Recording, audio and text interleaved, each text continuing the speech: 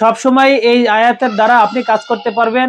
আয়াতের পাওয়ার কখনো কমবে না ইনশাআল্লাহ। ওয়ানুনাজ্জিলু মিনাল কুরআনি মা হুয়া শিফাআ। আসসালামু আলাইকুম ওয়া রাহমাতুল্লাহি ওয়া বারাকাতুহু। আপনি আমার ভিডিও দেখতেছেন, আমি মনে করতেছি আপনি একজন এই জগতের মুদাব্বির অথবা একজন রোগী। তো আজকে আমি যে বিষয়ে আলোচনা করব, অনেক মুদাব্বির আছেন, কিছু জাদুকর টাইপের জিন আছে, ওই জিনকে অনেকে হাজির করতে পারেন না।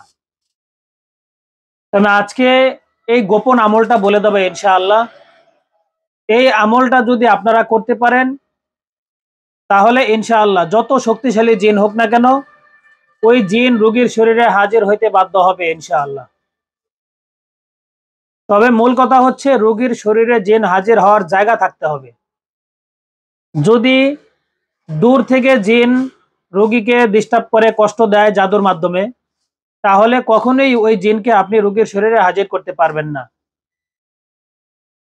যেই জিন রোগীর শরীরে দুই একবার প্রবেশ করছে, ওই জিনকে আপনি হাজির করতে পারবেন, যত শক্তিশালী হোক। এটা মাথায় রাখবেন সকলেই।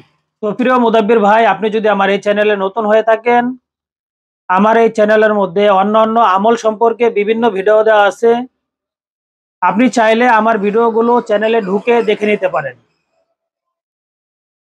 তো আমি আমার আলোচনা আর দীর্ঘায়িত করব না।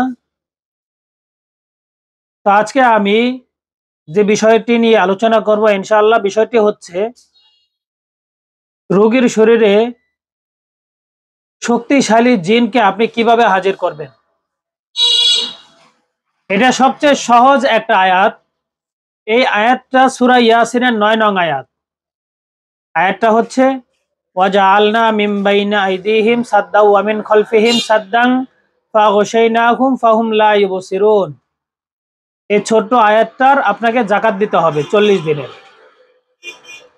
এই ছোট আয়াতটার যাকাত আপনাকে দিতে হবে 40 দিনের, এবং জালালি জামালি পরহেজ করতে হবে।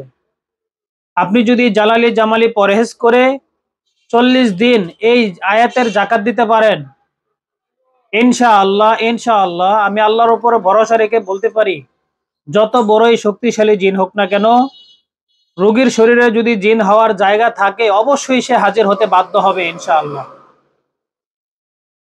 এই আয়াতের যাকাত দেওয়ার সিস্টেম হচ্ছে প্রতিদিন রাতে এশার নামাজের পর থেকে ফজরের ওয়াক্তের আগ পর্যন্ত এই সময়ের মধ্যে আপনাকে যাকাত দিতে হবে। বসায় এক বৈঠকে এই আয়াতের যাকাত আপনাকে দিতে হবে 3125 বার।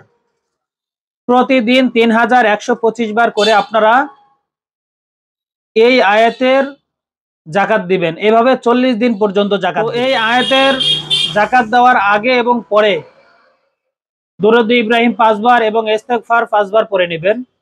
সূরা ফাতিহা 7 বার পড়ে নেবেন, এবং শেষে ইস্তেগফার 5 বার, দুরূদ ইব্রাহিম 5 বার পড়ে নেবেন। এরপরে আল্লাহ তাআলার কাছে সাহায্য চেয়ে নেবেন। এভাবে আপনি যখন 40 দিন আমল শেষ করবেন, 40 দিন আমল শেষ করার পরে প্রতিদিন আপনাকে এই আমলের যাকাত জারি রাখতে হবে। সেটা হচ্ছে প্রতিদিন যে কোনো সময় আপনি 125 বার এই আয়াতটি পড়ে নেবেন, তাহলে এই আয়াতের যাকাত জারি থাকবে ইনশাআল্লাহ। সবসময় এই আয়াতের দ্বারা আপনি কাজ করতে পারবেন। আয়াতের পাওয়ার কখনো কমবে না ইনশাআল্লাহ। তো প্রিয় মুদাব্বির ভাই, আমার এই ভিডিওগুলো আপনার কাছে কেমন লাগে কমেন্ট করে জানাবেন। আর যদি কেউ পার্সোনালি ভাবে তদবির জগতে আসতে চান, শিখতে চান, আমার সাথে পার্সোনালি নক করবেন, আমি শিখিয়ে দেবো ইনশাআল্লাহ। আমার জন্য দোয়া করবেন। আসসালামু আলাইকুম ওয়া রাহমাতুল্লাহি ওয়া বারাকাতুহু।